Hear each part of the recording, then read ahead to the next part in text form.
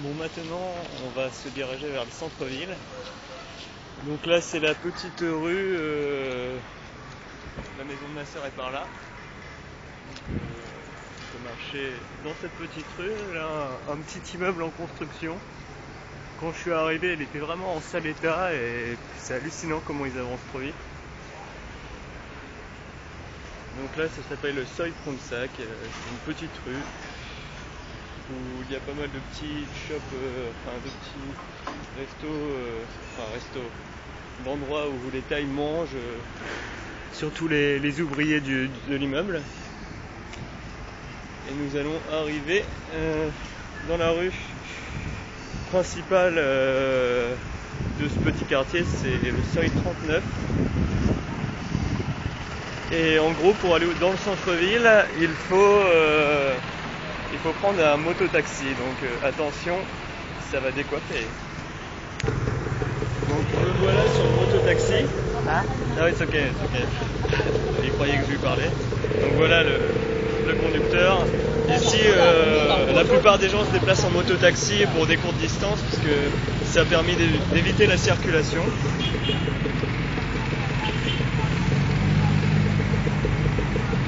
Oh Thierry, a friend of mine. Et on est parti.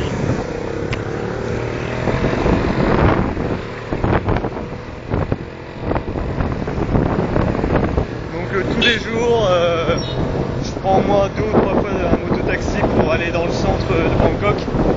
En gros, là, ma soeur habite vraiment dans le centre, dans un truc qui s'appelle une rue principale qui s'appelle Sukhumvit, qui est énorme. Et on est dans le Soi 39 de Sukhumvit, et dans la rue 39 et Sukhumvit, il y a au moins une centaine de rues parallèles. En gros, c'est une rue qui se transforme en route et qui continue jusqu'au Cambodge. Donc c'est énorme. Donc voilà, tous les jours c'est un petit coup de mototaxi.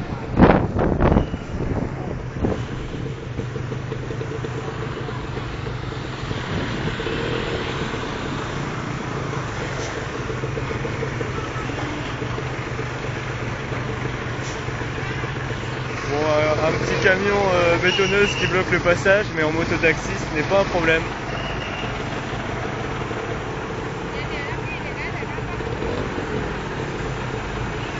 Enfin, pas un problème.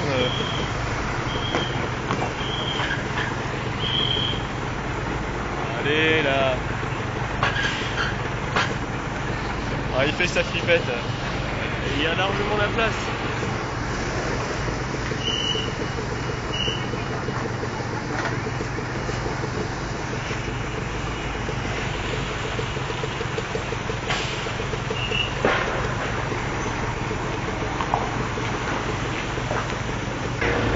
Et c'est reparti.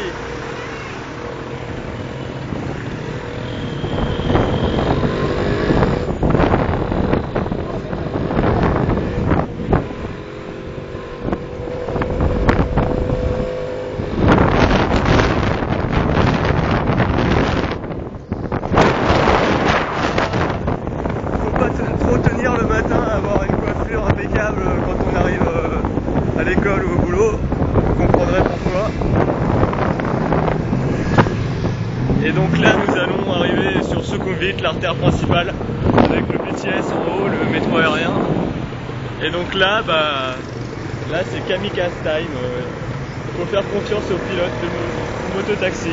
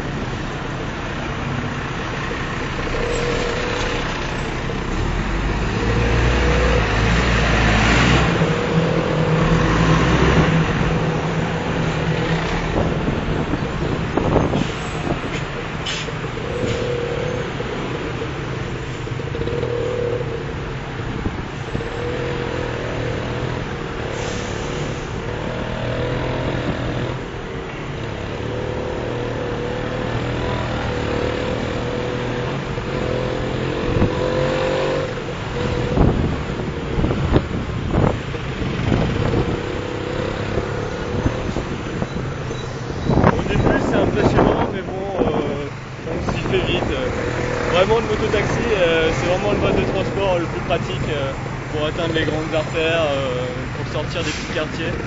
Ensuite, après, pour se déplacer sur Bangkok, il y a le BTS et le métro. Et on peut vraiment bouger sur Bangkok vraiment simplement. C'est assez facile. Et pour pas cher. Là par exemple, je vais le payer 1 euro, le gars. Parce que la distance est assez grande.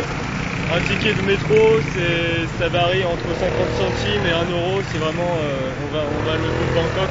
Donc on peut vraiment se déplacer pour pas cher.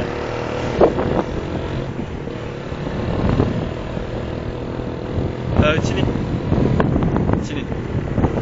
Là, je demande de s'arrêter. Donc voilà, vous avez vu le mototaxi et le moyen de déplacement Bangkok, super utile. On prend tous les jours, ma soeur pareil pour aller au boulot, c'est le mototaxi.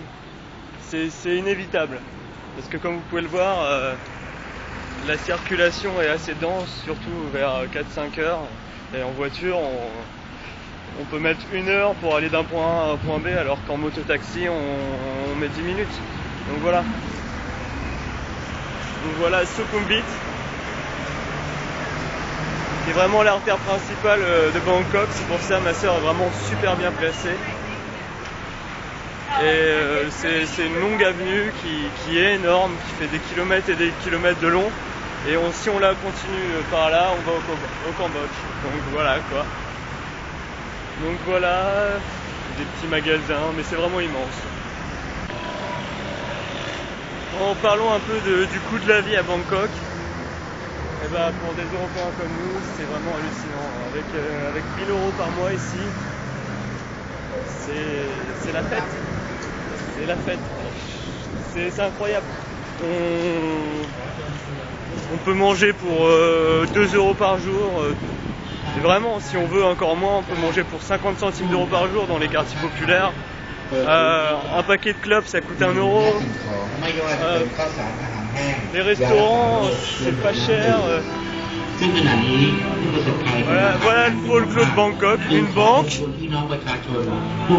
et qui passe de la vieille musique, on ne sait pas pourquoi. Donc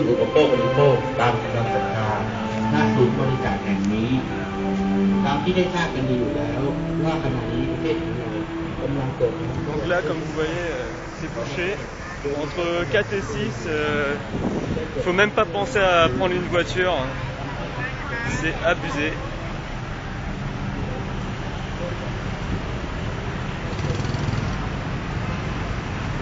Et là, je vais me diriger vers le BTS, le métro aérien.